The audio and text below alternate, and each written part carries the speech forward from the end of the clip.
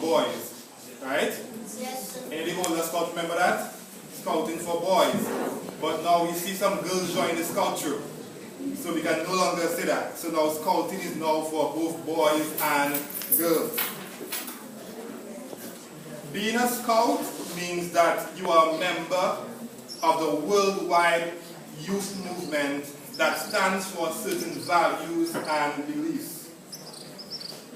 This means that you are not only a part of Castle Scout Troop, but you are also a member of the worldwide scouting movement. This troop is only one piece from a jigsaw puzzle, because as we see, we have scout troops from Carib Territory, Grand Forks, Portsmouth, Maho, Roseau. We also have scout troops outside Dominica, like St. Lucia and Antigua, as far as North America and Russia and Africa. That is just to emphasize the point that we have scouting all about and you are a part of it. Scouting is more than just something to do. So don't think of scouting as gathering on a Wednesday afternoon just to have some fun. Some of you guys may have joined the scout troop because you see the boys having fun, or because you like to see the uniforms, or because you like to march to the beat of the drum. But for whatever reason that you have joined, I'm happy, because that says that something about scouting has caught your interest, or you are interested in something relating to scouting. However, scouting is all about the young boy you are and the person that you will become. Scouting is fun and exciting. The campfires are filled with life and excitement. I'm sure you all remember the wonderful experience you had last campfire, right? Yes, sir. Good. You hear about the fun camps and the adventurous hikes to waterfalls and various trails throughout Dominica. You will learn to hike without leaving a trace, or how to take care of your environment as a scout. As a scout, you get to explore the great outdoors. It sounds better than staying home and having nothing to do, right? Yes. Good. You learn survivor skills, like how to pitch a tent. You will learn how to light a fire with no match, or to use a substance found at the back of a tree called gum. You will learn to swim and you will learn to fish. All of these things come with great challenges. With every challenge you overcome, you may even receive a badge. Each one of you will receive one badge here today, but throughout your scouting experience, you can attain many different badges. I know once again you like wearing your uniform, but let me remind you that scouting has a lot more to it. As a scout, you have taken up a great responsibility.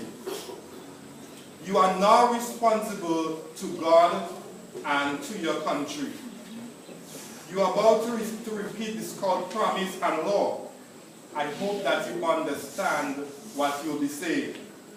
It says, on my honor, I promise that I'll do my best to do my duty to God and to my country, to help other people at all times, and to keep the Cub Scout law.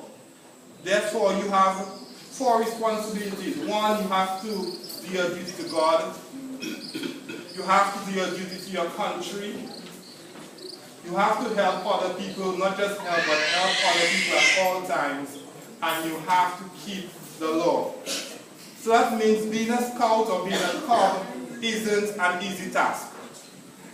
My primary objective here is to explain some important duties of a cub or scout, and I have used 5 letters in the word scout to help you remember them.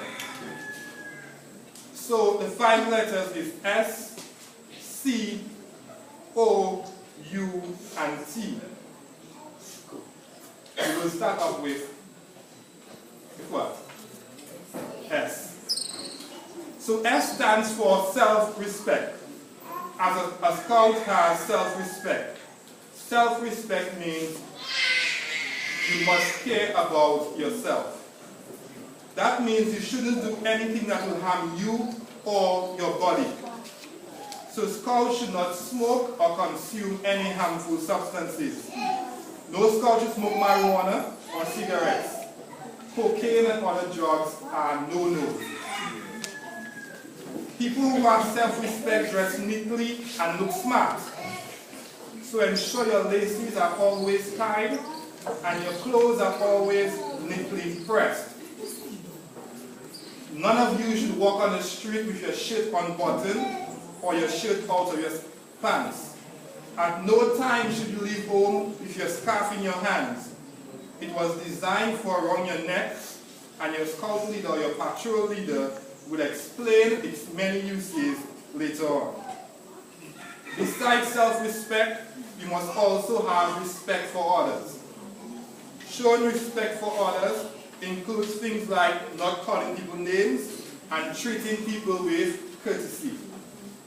For example, a new girl comes to your school and they dress differently. You don't like her outfit, but as a scout, you should keep your opinion to yourself.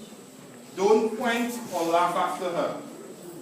If you laugh or act mean in any way, you are breaking the scout law. The second letter is C. And that stands for courageous and considerate. A scout has courage in all difficulties. Courage means doing the right thing, even when it's difficult. Who broke the vase? Asked the teacher. Did you break it, Kevin? Did you break it, Chirkwan? So who did? As a scout, you have to be brave enough to say you did, even if there's a consequence. If your friend encourages you to do something that's not right, you should be brave enough to say no. Let's say you come to school and a friend asks you, let's go and pick some candy by Mr. Foswa. You have to be brave enough to say no, that's not right. And that will be having courage. To be considerate means to think about how what you do affects others. When you play cricket, you can't always bat because somebody else wants to bat too. Our next letter we're going to look at is O. And it stands for being obedient. A scout is obedient. A scout obeys the orders of his scoutmaster, his patrol leader, and his parents.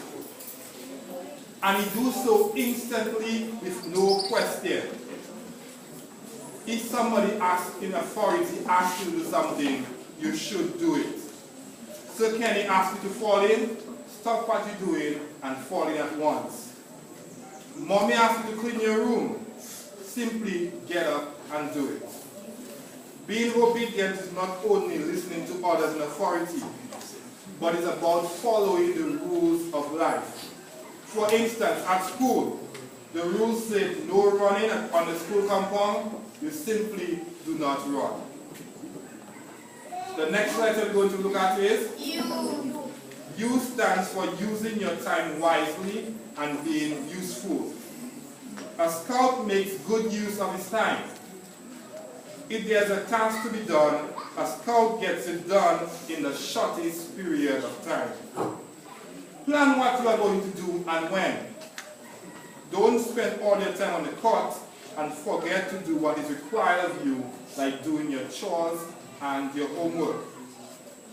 Also, you should be useful to everyone and always be in a hurry to assist. A scout should be prepared in times of danger. No matter how big or small you are, you should always be willing to save a life. A scout does a good turn every day, so he ensures he uses his time to share his snack with others or run on a quick errand for the final letter we're going to look at is T. T stands for trustworthy. When you say your promise, on my honor, I promise that I'll do my best.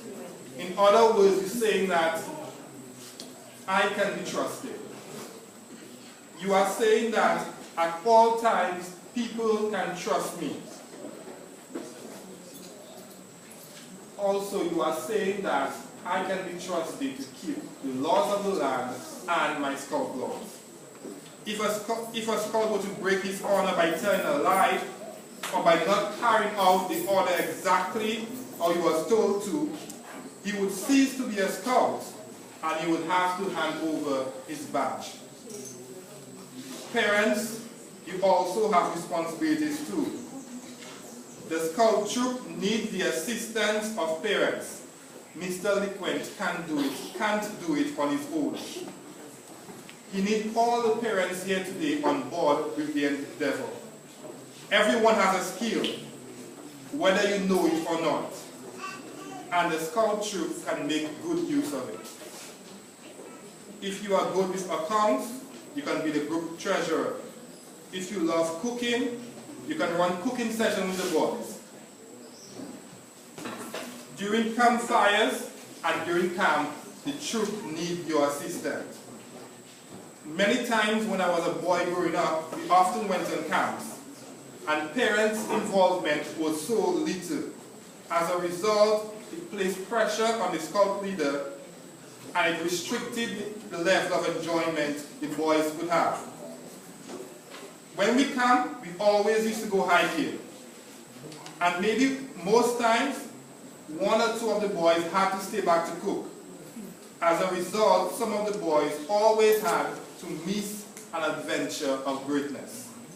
With parents' involvement, more can be accomplished. So parents, for every activity, please volunteer your services. Also, parents need to encourage your boys to be the best that they can be. Encourage them to attend meetings and to be on time. Remind them of their duties towards God and to their country. As your child progresses through, you should be able to see signs of the impact that scouting has on their life. In closing, I want to encourage the scouts to be an example to the cubs. You need to set a trend so that they can follow. Show them that you are obedient. Show them that you are respectful and that you carry out your duties with pride. The cubs are looking up to you. Don't disappoint them. To the cubs and scouts enrolling today, enjoy scouting. Allow scouting to have a positive impact on you. Continue to do all that you can to make your community a positive one. Thank you.